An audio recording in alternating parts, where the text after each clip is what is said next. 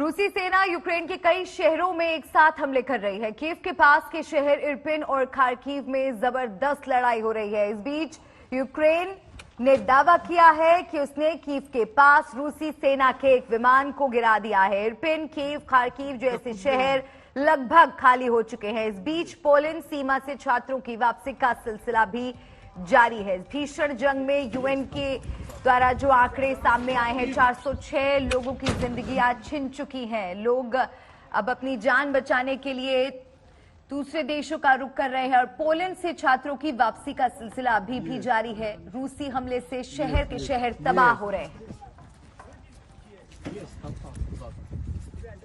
रूस और यूक्रेन की लड़ाई के 12 दिन पूरे हो चुके हैं। 3 दौर की बातचीत तब तक रूस और यूक्रेन के प्रतिनिधियों के बीच हुई है, लेकिन युद्ध कैसे थमेगा, इसका कोई रुझान सामने नहीं आ रहा। संयुक्त राष्ट्र के मुताबिक अब तक यूक्रेन में 406 आम नागरिकों की जिंदगी ये युद्ध छीन चुका है। रैपिड ऑपरेशनल रिस्पांस यूनिट वाले ये यूक्रेन के वो जवान हैं जो अचानक आगे बढ़ते नजर आते हैं। अत्याधुनिक हथियारों और रॉकेट लॉन्चर से लैस ये जवान आगे आकर एक फायर करते हैं। ये फायर रूस के उस टैंक की तरफ किया गया जो कीव पर कब्जे के लिए आया है। इसके तुरंत बाद जवान पीछे हटते हैं, नए आक्रमण की तैयारी करते हैं।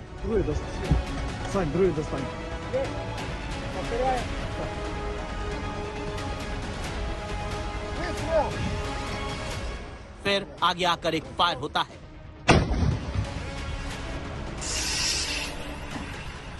इस तरह रूस के 2 टैंक को यूक्रेन के जवानों की स्पेशल यूनिट तबाह कर देती है।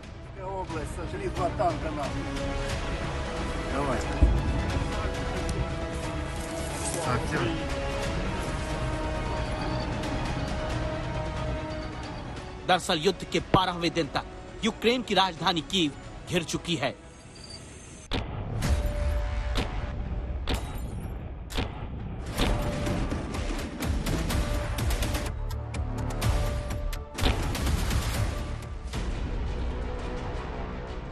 राजधानी कीव के बाहरी इलाके में मौजूद इरपिन से आम लोगों का बचकर बाहर आना बहुत बड़े खतरे के बीच में संभव हो पा रहा है।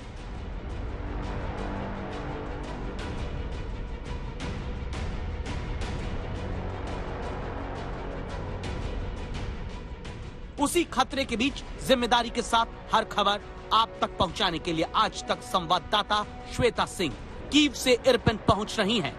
हम उस इलाके की ओर आगे बढ़ रहे हैं जहां पर ये संघर्ष चल रहा है। आप इस हिस्से को समझ सकते हैं। अगर मौसम बड़ी मुश्किल, क्योंकि यहाँ पर हमने प्रेस लिखकर लगाया यहाँ की स्थानीय भाषा में।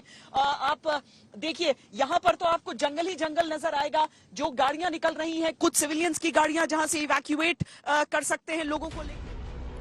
आज तक की टीम से महज 12 किलोमीटर दूर एक घर जलता हुआ दिखता है। ये आग रूस के हमले के बाद यूक्रेन की राजधानी कीव के बाहरी हिस्से इरपिन में आम नागरिकों के घर में लगी है।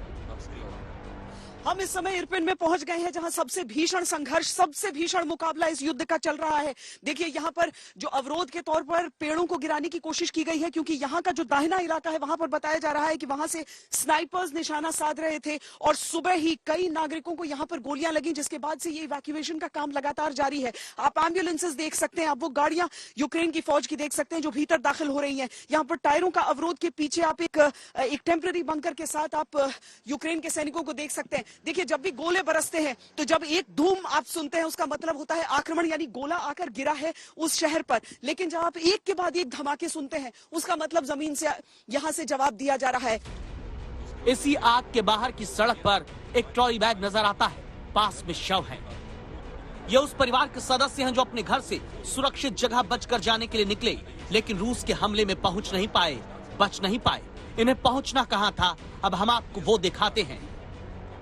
बसेस वगैरह दिख रही हैं, बसेस दिख रही हैं, बसेस में बैठने के लिए लोग तत्पर दिख रहे हैं।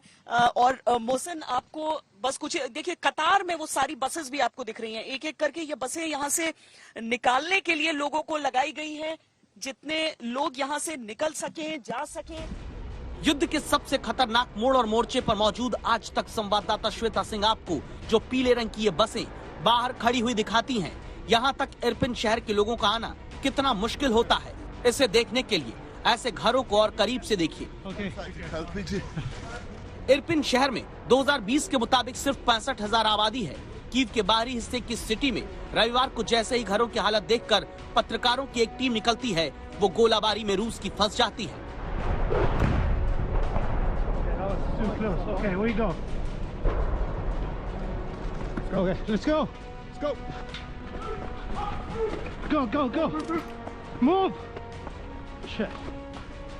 सिर्फ पत्रकार ही नहीं, बल्कि इरपिन शहर छोड़कर किसी तरह जान बचाने के लिए जाते आम लोग भी कभी भी रूस और यूक्रेन के बीच होती जंग की जद में आ जा रहे हैं।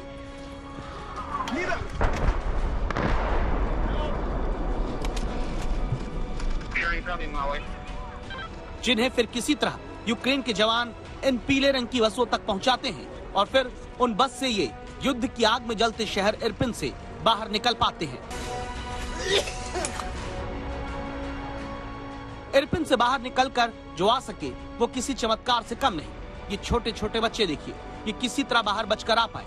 यहाँ पर लगातार एम्बुलेंस इरपिन की तरफ से कीव की तरफ आती दिखती है। यहीं पर आज तक की टीम युद्ध के बीच में मौजूद है। इरपिन शहर में जो लोग घायल हुए हैं वहां से उन्हें निकाल कर लाया जा रहा है। यहाँ पर आप देख सकते हैं वो नदी क्रॉस करने की कोशिश जब कर रहे हैं यहाँ से 2 किलोमीटर दूर, तो वहां पर स्नाइपर्स हैं, स्नाइपर्स लगे हैं, लोगों को गोलियां लग रही हैं। कई जो बुजुर्ग हैं जो अभी तक वहीं पर थे कि ये पूरा इलाका महफूज है, वो सब अब किसी तरीके से जो हाथ में मिले वो बटोर कर यहाँ से निकलना चाहते हैं और निकलकर अपने घरों की ओर जाना चाहते हैं। देखिए मानवीय त्रास। और एक और धमाका आपने सुना है, ये धमाके लगातार चल रहे हैं, धमाके चल रहे हैं। जिस इलाके में हम हैं ये इलाका भी उसकी जद में आ रहा है, उन धमाकों की जद में आ रहा है।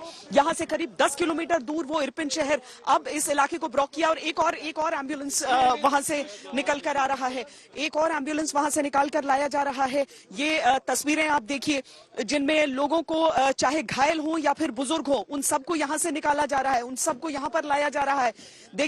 देखिए वहां से लोगों को किस तरीके से, जो बुजुर्ग हैं जो चल नहीं सकते हैं, चलने की कोशिश में आपको केवल जो युवा हैं वो वहां से नजर आ जाएंगे, लेकिन ये जो लोग बहुत वृद्ध हैं ये चल नहीं सकते थे। जो त्रासदी यहाँ पर चल रही है उसके बीच इन सबको किसी सुरक्षित जगह पर पहुंचाया जा सके। यूक्रेन एक भारी मानवीय त्रासदी से गुजर रहा है। इरपिन का शहर पूरी तरीके से आक्रमण में के बीचों बीच गोलाबारी वहां चल रही है। देखिए इन्होंने ड्रॉप किया यहाँ पर और उसके बाद ये गाड़ी वापस निकल जाएगी, ये गाड़ी वापस निकलेगी क्योंकि वहां से लोगों को निकालना है।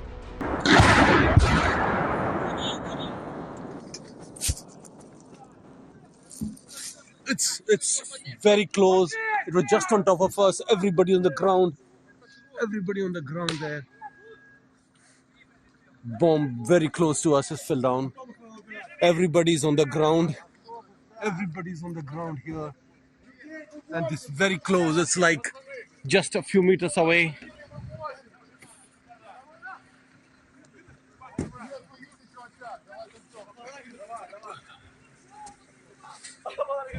Everybody's on the ground running now. Continuous firing taking place. Continuous firing taking place. Continuous firing taking place.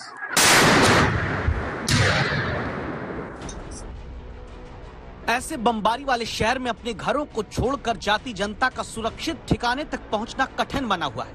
Irpin छोड़कर जाते हुए लोगों को देखिए जो एक टूटे हुए पुल के पास से गुजरते हैं। युद्ध के 12 दिन के भीतर इरपिन 6 दिन से लगातार युद्ध का सबसे बड़ा रण क्षेत्र बना हुआ है। श्वेता सिंह और राजेश पवार के साथ गौरव सावंत, इरपिन, कीव, यूक्रेन आज तक।